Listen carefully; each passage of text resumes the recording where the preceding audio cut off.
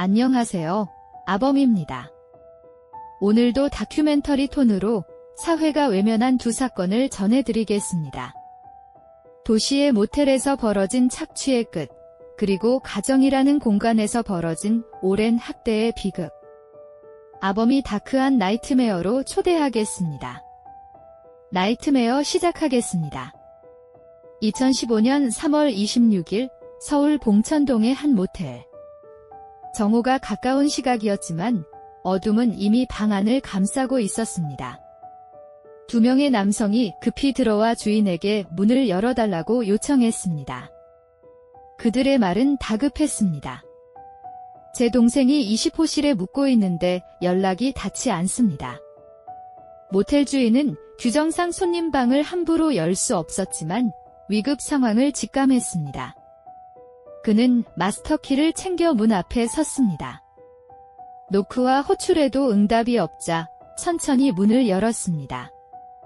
차가운 공기 속 침대 위에 한 여성이 이불을 덮은 채 누워 있었습니다. 주인은 그녀를 흔들며 깨우려 했습니다. 그러나 아무런 반응이 없었습니다. 손끝이 코에 닿자 호흡은 느껴지지 않았습니다.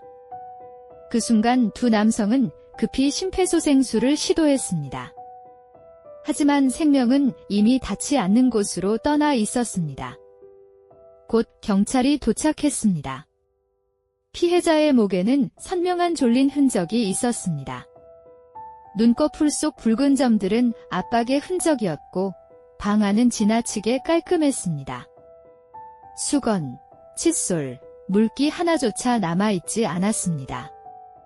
결벽에 가까운 정리, 그것은 범인의 흔적을 지우려는 의도였습니다.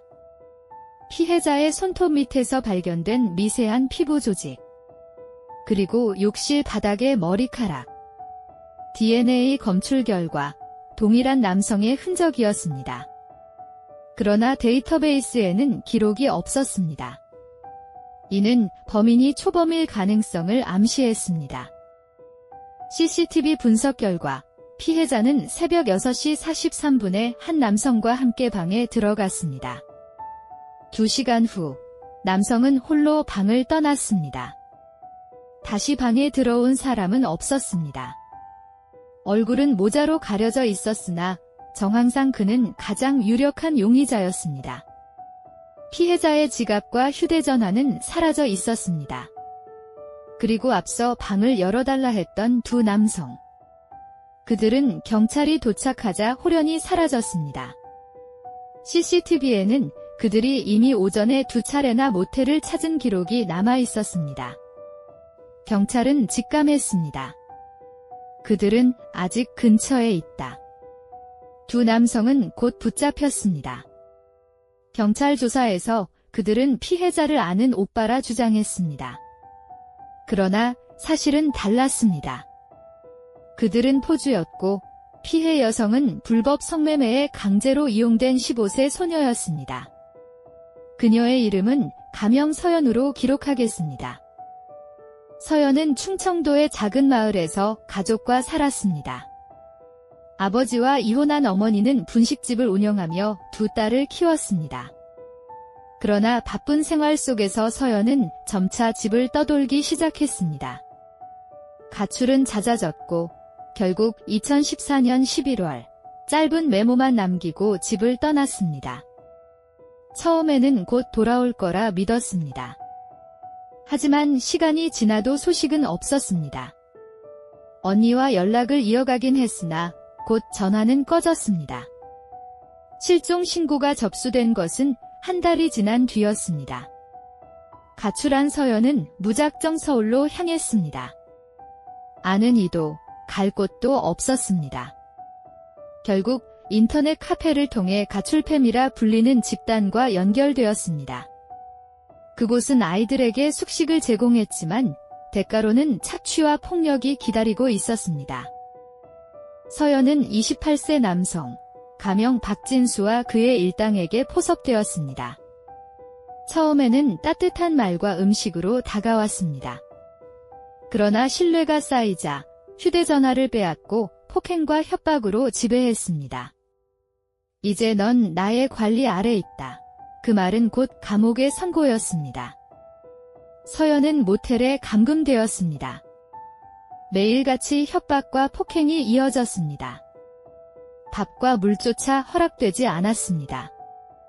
일당은 익명 채팅 어플을 통해 그녀의 사진을 유포했습니다. 조건 만남 그 한 줄이 서연의 삶을 옥죄어 갔습니다. 키가 크고 앳된 얼굴은 오히려 손님들을 끌어모았습니다. 서연은 하루에도 10차례 넘는 성매매에 내몰렸습니다. 2달 동안 무려 250번의 착취가 이어졌습니다. 방 안의 공기는 습기와 절망으로 가득했고 그녀의 심장은 차가운 벽에 부딪히며 파편처럼 갈라졌습니다. 2015년 3월 26일 새벽. 그날도 일당의 지시에 따라 서연은 한 남성과 방에 들어갔습니다. 그러나 2시간 뒤 그녀는 싸늘한 시신으로 발견되었습니다. 이 사건은 단순한 살인이 아니었습니다. 사회의 가장 약한 고리가 어떻게 무너지는가를 보여주는 비극이었습니다. 경찰은 박진수 일당을 체포했습니다. 그들의 휴대전화에는 채팅 기록이 남아 있었습니다.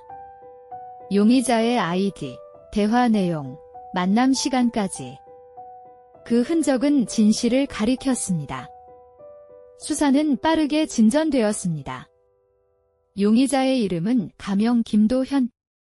경기도 시흥의 임대 아파트에 거주하던 38세 남성이었습니다. 그는 집 안에 숨어 있었지만 경찰은 잠복 끝에 베란다를 통해 진입했습니다. 김도현은 끝까지 범행을 부인했습니다. 내가 방을 나올 때 그녀는 살아있었다. 그러나 현장에서 발견된 DNA는 그의 주장을 무너뜨렸습니다. 손톱 밑의 조직, 욕실의 머리카락. 모두 김도현과 일치했습니다. 결국 그는 범행을 시인했습니다. 그러나 이 사건은 끝이 아니었습니다. 그의 휴대전화 메모장에는 끔찍한 기록이 남아 있었습니다. 범죄 일기 3차례의 공격, 그리고 연쇄적인 충동이 적혀 있었습니다. 첫 번째 범행은 3월 11일 서초구의 모텔에서 또 다른 여성을 공격했습니다. 그는 클로로포름과 밧줄을 준비했습니다. 피해 여성은 의식을 잃었지만 살아남았습니다. 그러나 극심한 트라우마 끝에 2달 후 스스로 생을 마감했습니다. 두 번째 범행은 3월 16일 성북구의 모텔. 또 다른 여성이 공격을 당했습니다. 같은 방식이 반복되었습니다. 목을 조르고 금품을 빼앗으려 했습니다. 피해 여성은 기적적으로 살아남았지만 평생의 공포를 안게 되었습니다. 세 번째 범행이 바로 서연 사건이었습니다. 이번에는 클로로포름의 양이 더 많았습니다. 미성년자인 그녀의 몸은 버티지 못했습니다. 그는 현장을 정리한 후 도주했습니다. 결벽증처럼 방을 닦아내며 흔적을 지웠습니다. 김도현의 과거가 드러났습니다. 그는 어려서부터 안면 혈관종으로 놀림을 받았습니다. 세상과 벽을 쌓으며 결벽증과 왜곡된 심리를 키워갔습니다. 청소년기에는 절도와 폭행을 저질렀습니다. 가족마저 그를 외면했습니다. 성인이 된 그는 임대 아파트에서 은둔하며 살았습니다. 유흥업소를 전전했고 발기부전으로 좌절했습니다. 그 분노는 성매매 여성들에게 향했습니다. 돈을 내고도 만족하지 못했다. 그의 왜곡된 논리는 결국 폭력으로 이어졌습니다. 그는 인터넷에서 클로로포름을 구입했습니다. 해외 사이트의 허술한 관리가 범행을 도왔습니다. 준비는 치밀했고 실행은 잔혹했습니다. 김도현의 범행은 단순한 충동이 아니었습니다. 계획과 왜곡된 논리, 그리고 집착이 섞여 있었습니다. 피해자는 단순한 대상이 아니라 그의 분노와 결벽증을 해소하는 도구였습니다. 재판이 열렸습니다.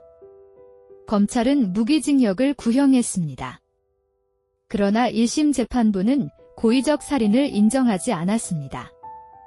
죽일 의도는 없었다는 변호인의 주장이 일부 받아들여졌습니다. 1심 판결은 징역 30년, 전자발찌 20년 부착 명령이 추가되었습니다. 그러나 검찰은 항소했습니다. 피해자의 죽음은 결코 우연이 아니었습니다. 2심 재판에서 고의성이 인정되었습니다. 형량은 징역 40년으로 늘었습니다. 전자발찌 20년 부착도 유지되었습니다. 법정은 마침내 그의 범행을 명확히 규정했습니다. 나이트메어의 기록은 이렇게 드러났습니다. 김도현에게 내려진 판결은 무거웠습니다. 그러나 서연의 짧은 생은 돌아오지 않았습니다. 재판장은 마지막으로 고개를 들어 말했습니다. 이 사건은 사회가 지켜야 할 약자를 벌인 결과다. 그 말은 방청석에 깊은 울림을 남겼습니다. 경찰 조사에서 드러난 서연의 일상은 참혹했습니다. 하루 5번 이상, 많게는 10번 가까운 조건 만남. 방 안의 공기는 늘 눅눅했고 심장은 공포로만 뛰었습니다. 그녀가 느낀 세상은 차갑고 습기 어린 벽뿐이었습니다. 서연의 어머니는 매일같이 후회했습니다. 분식집에서 늦게까지 일하며 두 딸을 키웠지만 막내의 고통을 미처 알지 못했습니다. 경찰서 복도에서 그녀는 울며 중얼거렸습니다. 내가 좀 더 일찍 지켜줬더라면. 언니 역시 충격에서 벗어나지 못했습니다. 가끔 주고받던 문자가 마지막 연락이 될 줄은 몰랐습니다.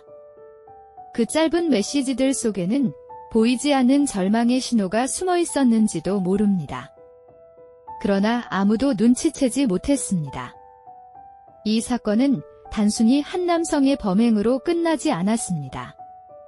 가출 청소년을 노리는 조직, 미성년자의 출입을 막지 않은 업소, 그리고 사각지대에 놓인 가정과 제도까지 수많은 결함이 서연을 벼랑 끝으로 몰았습니다.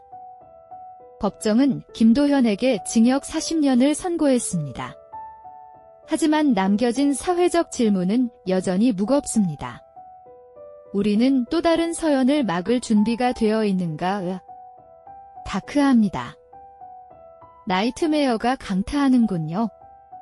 이제 이야기는 또 다른 시간, 또 다른 공간으로 향합니다.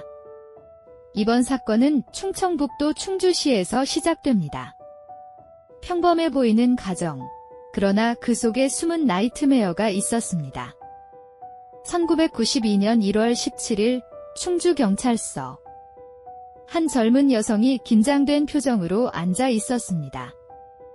그녀는 집에 강도가 들었다며 피해를 호소했습니다. 동시에 그녀의 아버지는 흉기에 찔려 병원으로 옮겨진 상태였습니다. 형사는 병원에서 소식을 듣고 돌아왔습니다. 다행히 목숨에는 지장이 없습니다. 그러나 그 말을 듣는 순간 여성은 무너져 내리며 오히려 절규했습니다. 안 돼요, 안 돼요. 형사는 직감했습니다. 이 반응은 무언가 숨기고 있다는 신호였습니다. 그녀의 이름은 가명본, 19세 대학생이었습니다. 피해자의 의붓딸이기도 했습니다. 사건은 단순 강도가 아닌 가족 내부의 비극을 품고 있었습니다. 경찰은 이틀 뒤 사건의 또 다른 용의자를 체포했습니다. 체포된 인물은 가명 진관, 보은과 같은 학교의 남자친구였습니다. 경찰서에서 두 사람이 마주한 순간 보은은 울부짖었습니다. 형사님, 그 사람은 범인이 아닙니다. 제가 했습니다. 자백은 충격적이었습니다. 수사 결과 두 사람은 의붓아버지의 살인을 공모했습니다. 범행은 치밀했습니다. 새벽 1시 30분, 보은이 문을 열어주었고 진관이 침실로 들어갔습니다. 피해자는 술에 취해 자고 있었지만 그 순간 나이트메어는 깨어났습니다. 진관은 체대생이었고 체격은 건장했습니다. 그는 피해자의 팔을 무릎으로 누르고 흉기를 휘둘렀습니다. 칼은 가슴 깊숙이 파고들었습니다. 피해자는 잠시 몸부림쳤으나 곧 싸늘히 식어갔습니다. 그러나 현장은 강도처럼 꾸며졌습니다. 발목에 테이프가 감겨 있었고 서랍은 흩어져 있었습니다. 보은 역시 손발이 묶인 채 옆집으로 달려가 도움을 청했습니다. 하지만 형사는 의심했습니다. 왜 이토록 치밀하게 연출했을까? 현장 감식에서 족적과 지문이 확보되었습니다. 제3자의 흔적이었습니다. 그것은 곧 진관으로 연결되었습니다. 경찰은 이틀 만에 사건의 실체를 드러냈습니다. 범인은 강도가 아니라 피해자의 의붓딸과 그 연인이었습니다. 이 사건의 뿌리는 깊었습니다. 보은은 9살 때부터 의붓아버지에게 지속적으로 학대와 성폭행을 당했습니다. 처음에는 몰래, 그러나 시간이 지나자 대놓고 자행되었습니다. 피해자는 늘 절망 속에 갇혀 있었습니다. 어머니도 몇 차례 신고를 시도했지만 가해자는 검찰청 소속 공무원이라는 지위를 내세워 경찰조차 움직이지 못하게 했습니다. 권력은 방패였고 피해자의 고통은 외면당했습니다. 다크합니다. 심연이 덮칩니다. 보은은 청소년기를 공포 속에서 보냈습니다. 강요된 침묵, 반복되는 폭력.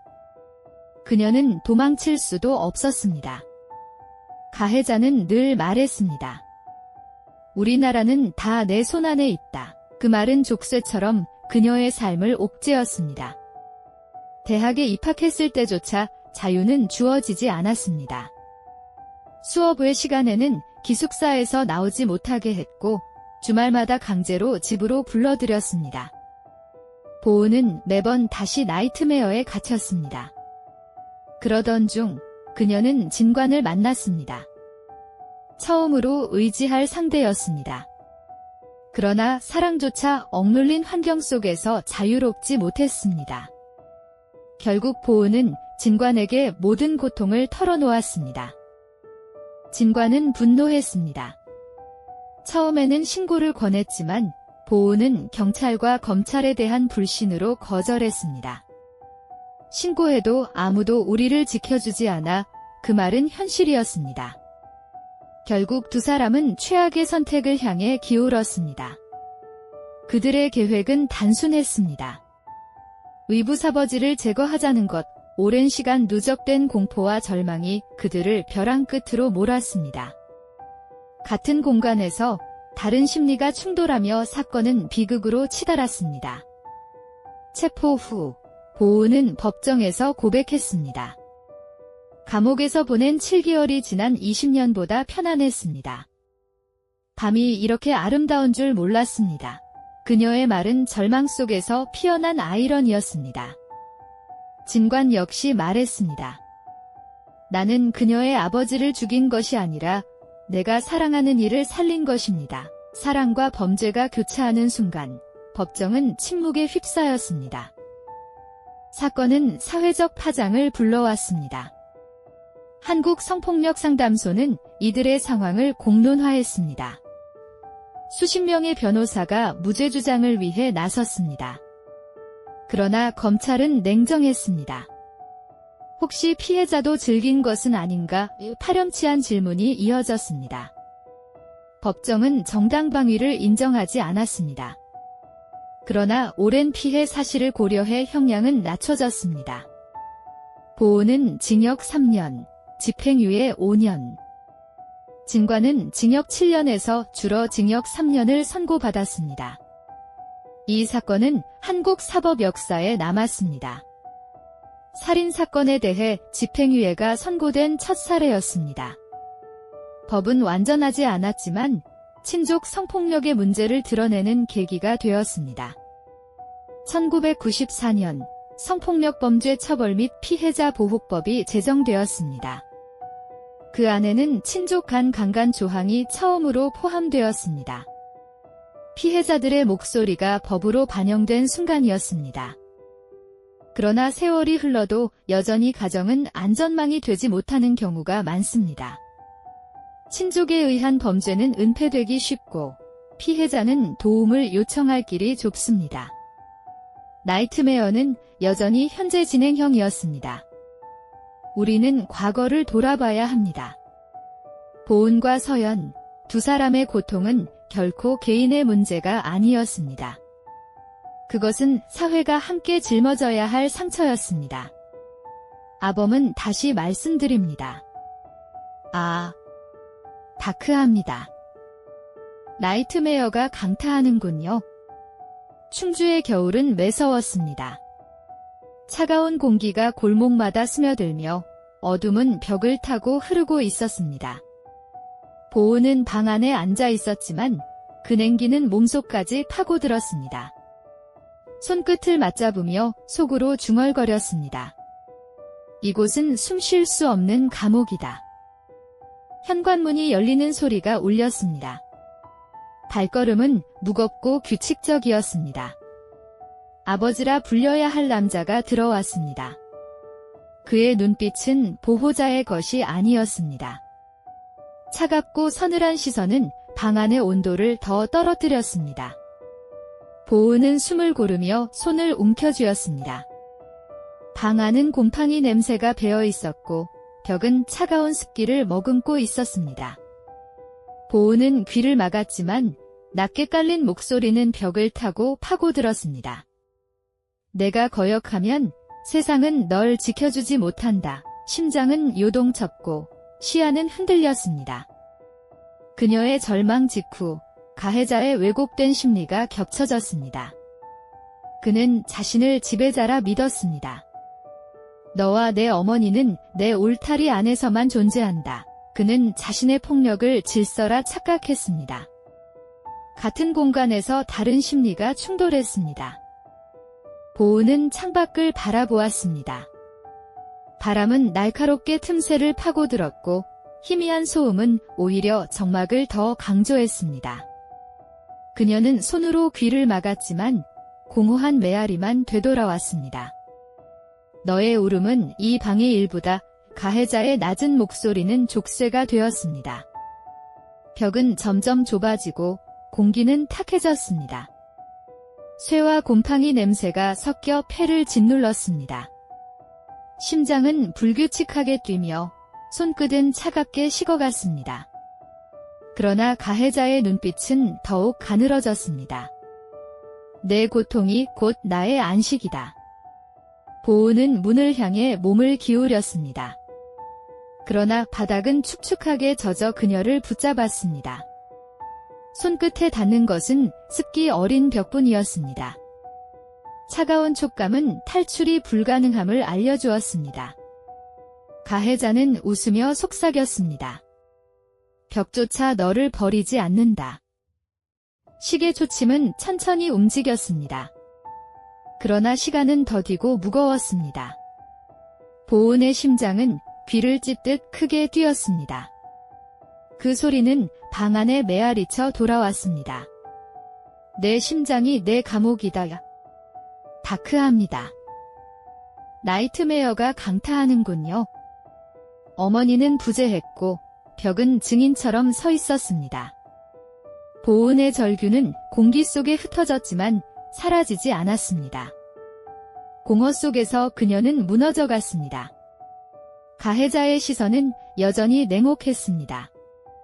도망쳐도 세상은 널 믿지 않는다. 그 말은 다시 족쇄가 되었습니다.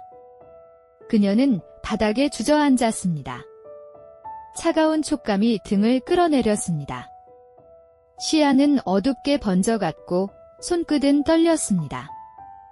창밖에서 개 짖는 소리가 들려왔습니다. 그러나 곧 사라졌습니다. 가해자는 속삭였습니다. 희망은 소리로만 스쳐간다. 이후 두 사람은 체포되어 법정에 섰습니다. 재판부는 정당방위를 인정하지 않았습니다. 그러나 오랜 피해 사실을 고려해 형량을 낮췄습니다. 보은은 징역 3년, 집행유예 5년을 받았습니다. 진과는 징역 3년이 선고되었습니다. 법정은 완벽하지 않았습니다. 그러나 사건은 한국 사법 역사에 각인되었습니다. 살인사건의 집행유예가 선고된 첫 사례였고 친족 성폭력 문제가 수면 위로 떠오르는 계기가 되었습니다. 1994년 성폭력범죄 처벌 및 피해자 보호법이 제정되었습니다. 그 안에 처음으로 친족 간 강간 조항이 들어갔습니다. 보은 사건은 사회를 바꾼 나이트메어였습니다. 시간이 흘러도 여전히 가정은 완벽한 울타리가 되지 못했습니다. 친족에 의한 범죄는 은폐되기 쉽고 피해자는 침묵을 강요당했습니다. 다크한 현실은 여전히 현재 진행형이었습니다. 서연과 보은 두 사건은 서로 다른 배경에서 일어났지만 본질은 같았습니다. 사회가 지켜야 할 약자를 버렸다는 점입니다. 피해자들의 고통은 개인의 것이 아니라 공동체의 책임이었습니다. 서연은 사회의 무관심 속에서 착취당하다 목숨을 잃었습니다. 보은은 법과 제도의 무력함 속에서 스스로 죄를 짊어졌습니다. 그들의 이야기는 지금 이 순간에도 되풀이되고 있습니다. 청소년 가출, 성매매 알선, 친족 성폭력. 모두 다크한 현실입니다. 그러나 이 현실은 기록되고 기억되어야만 다시 반복되지 않습니다. 나이트메어는 드러날 때 비로소 사라집니다. 아범이 다큐를 마무리하며 강조합니다. 이 사건은 결코 과거의 이야기가 아닙니다. 지금 이 순간에도 또 다른 서연과 보은이 존재할 수 있습니다. 우리 모두의 관심과 용기가 그들을 지켜낼 수 있습니다. 피해자를 기억해야 합니다. 이름 없는 소녀, 억눌린 딸, 그들의 목소리는 여전히 공기 속에 메아리치고 있습니다. 기억하는 것이 곧 추모이며 추모가 곧 사회의 변화로 이어집니다. 아범은 오늘의 이야기를 마치며 다시 묻습니다. 우리는 준비되어 있는가? 사회는 여전히 약자에게 무심합니다. 그러나 청취자 여러분의 관심과 연대는 또 다른 나이트메어를 막을 힘이 됩니다. 오늘의 나이트메어는 여기까지 하겠습니다. 피해자의 삶을 존중하며 그들의 고통을 기억하는 것이 우리의 의무입니다. 오늘 다룬 이야기는 어두웠습니다. 그러나 이 어둠은 기록되어야 합니다. 다시는 같은 비극이 반복되지 않도록 우리는 이 기록을 붙잡아야 합니다.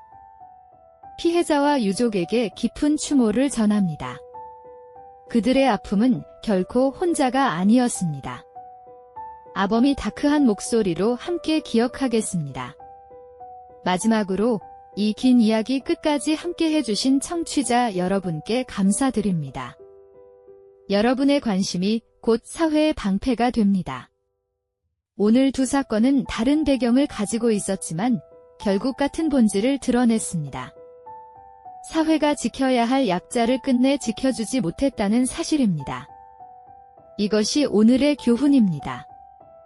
우리는 피해자들을 기억하며 추모해야 합니다. 그들의 목소리가 잊히지 않도록 함께해야 합니다. 오늘의 나이트메어는 여기까지 하겠습니다. 끝까지 함께해 주셔서 감사합니다.